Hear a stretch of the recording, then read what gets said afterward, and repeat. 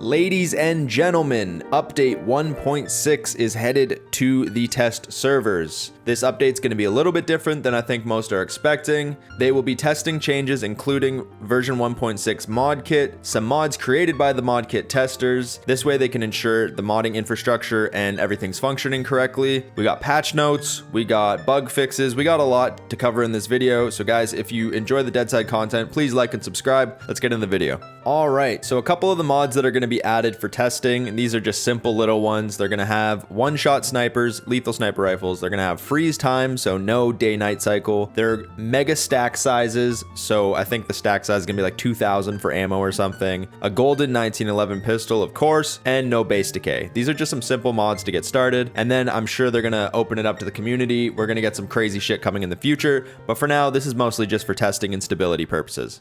So with the PTS changes, they are going to add 18 new boat spawners on the Potney map, added bleed effects for more barbed wire props placed in the world, made generators and workstations 30% quieter, and made the fade out sharper. Heavily lowered spawn chance of VSD M99 and NK416 spawns around the world. Circular saws now drop radio parts and 2 spare parts. Previously, they only dropped 2 spare parts. Burlap will now break up into 2 rags instead of 1. Bearing finders can be disassembled into 2 radio parts.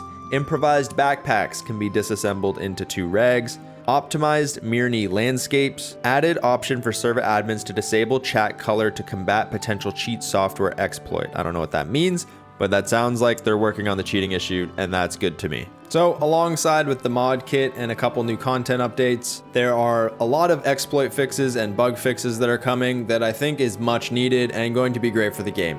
So first off, we got fixed exploit that allows players to see through doors in specific situations. Fixed an exploit of duplicated items created by spawners. So that sounds like the duping glitch is being worked on or fixed, and that is huge. Fixed an exploit that allowed players to interact with base elements outside of scheduled raids. Fixed an exploit that allowed players to clip weapons through walls. Fixed an exploit that allowed players to fire silently. So that's another big one that I've seen the community bitching about. The silent shots needed to be fixed, and I'm glad that it's finally being addressed. Fixed multiple exploits used by cheat software. So I'm not exactly sure what specific thing they're talking about for this, but if they're cracking down on cheating, I'm happy with that. Fixed issue that caused shotgun turrets to deal lower damage than intended.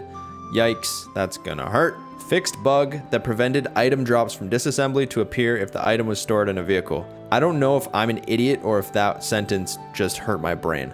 Fixed a bug that caused stacked items to drop less when disassembled if they were in storage. Fixed a bug that caused duck and fish meat to disappear after being skinned. Fixed bug that allowed vehicles to clip through turrets. Fixed a bug that caused weapons with extended mags to lose bonus ammo when placed in storage. Fixed a bug that prevented barbed wire from taking melee damage. Fixed issue with custom hammer keybinds. Fixed a bug that prevented saving of server restarts scheduled for 0 hours. Fixed issue that caused base objects to flicker during high server load. Again, this isn't the mega update I think everyone was kind of hoping for, but this is a step in the right direction for sure. The mod kit is going to be in a testing phase for a little bit, I'm sure. And then once the community kind of picks up on it, a ton of new content is going to come from this. So guys, hop on the PTS servers if you have the chance to, test out some of the new mods, report any bugs back, just kind of do some testing and make sure that they're ready to actually roll out the mod kit. Again, thank you so much for watching, and we're going to dive into this new update as soon as it drops. So I'll see you then.